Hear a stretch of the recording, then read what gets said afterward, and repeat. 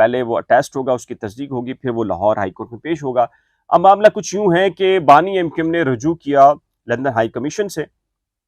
اور ساتھ ہی یہ بتایا کہ یہ جو شناختی کارڈ کا معاملہ ہے یہ 2014 سے پینڈنگ ہے۔ بانی ایم کیو ایم نے اپنے شناختی کارڈ کے لیے 2014 میں رجوع کیا تھا،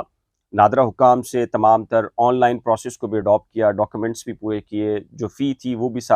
ساری جتنی بھی جو آپ کہہ لیجئے کہ کاروائی تھی، ضابطے تھے، اس کو پورا کیا، لیکن نادرہ حکام نے اس کو نیا شناختی کارڈ ان کو جو ہے وہ اس کا اجرا نہیں کیا، جس پر اب یہ جو لندن ہائی کمیشن میں دستاویزات کا معاملہ آیا تو لندن ہائی کمیشن نے یہ اعتراض اٹھا دیا کہ دوہری شہریت کا معاملہ، اور اس لیے یہ ضروری ہے کہ جی بانی ایم کیو ایم اپنا نیا شناختی کارڈ جو ہے وہ عدالت میں پیش کریں، پاسپورٹ بھی پیش کریں۔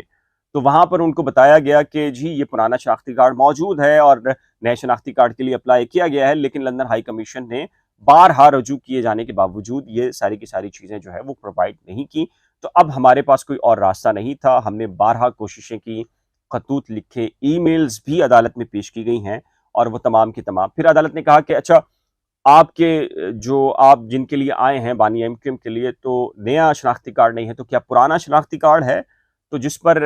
89 کا ایک شناختی کارڈ عدالت میں پیش کیا وکیل صاحب نے، اور کہا کہ جی ہاں یہ فلاں صفحے کے اوپر یہ موجود ہے، اور عدالت نے دیکھا کہ بانی ایم کیو ایم کا 89 کا وہ شناختی کارڈ بنا ہوا تھا، اور عدالت نے کہا کہ اچھا ٹھیک ہے۔ پھر ایک اور معاملہ تھا کہ جی یہ جو لاہور ہائی کورٹ میں پابندی ہے، اس کے معاملے کے اوپر ان کے وکیل نے یہ کہا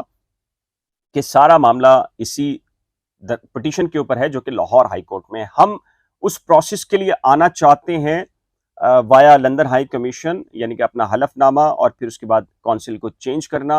اور جو اہم ترین چیز ہے کہ کونسل کو چینج کرنے سے متعلق کوئی ایسا آرڈر نہیں ہے کہ ہم کوئی اس میں فریق نہیں بن سکتے یا کونسل کو چینج نہیں کر سکتے۔ تو بڑے اہم اور بنیادی نکات ہیں، جس پر عدالت نے کہا کہ یہ تو فنڈامنٹل رائٹ ہے کہ اگر آپ کی کوئی چیز وہاں پینڈنگ ہے تو آپ کونسل کر سکتے ہیں، اور عدالت اس معاملے میں یہ بھی پوچھے گی وزارت خارجہ سے کہ جو لندن ہائی کمیشن میں تصدیق نہیں ہو رہی یا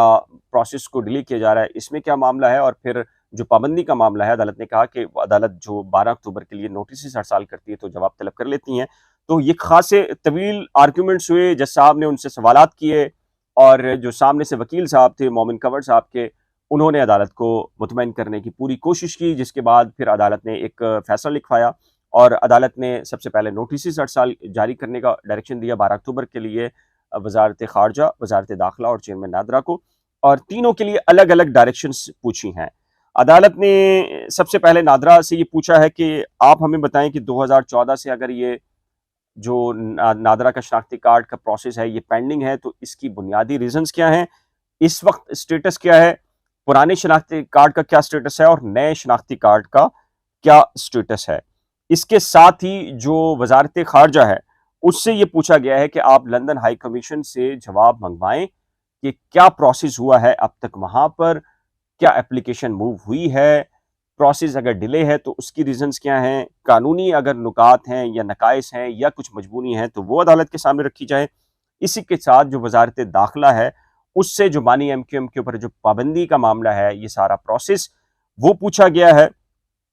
اور اس کیس کی سماعت کو 12 اکتوبر کے لیے ملتوی کر دیا گیا ہے۔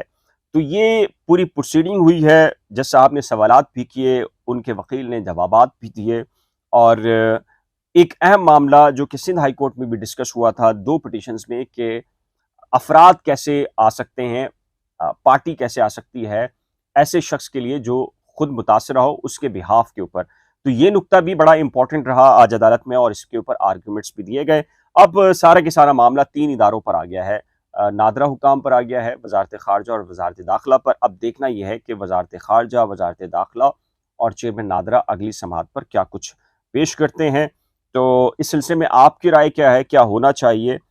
اپنی قیمتی رائے کا اظہار نیچے دیے گئے کمنٹ سیکشن میں ضرور تحریر کیجیے گا۔ ایک نئے ولاگ کے ساتھ جلد ملیں گے، لیکن اس سے پہلے ریکویسٹ ہے کہ جی اگر آپ نے کرنٹ افیئرز اور نئی کھوج کو ابھی تک سبسکرائب نہیں کیا تو براہ کرم سبسکرائب، ویڈیو کو شیئر، لائک اور بیل آئیکن کو لازم پریس کیجیے گا۔ خدا حافظ۔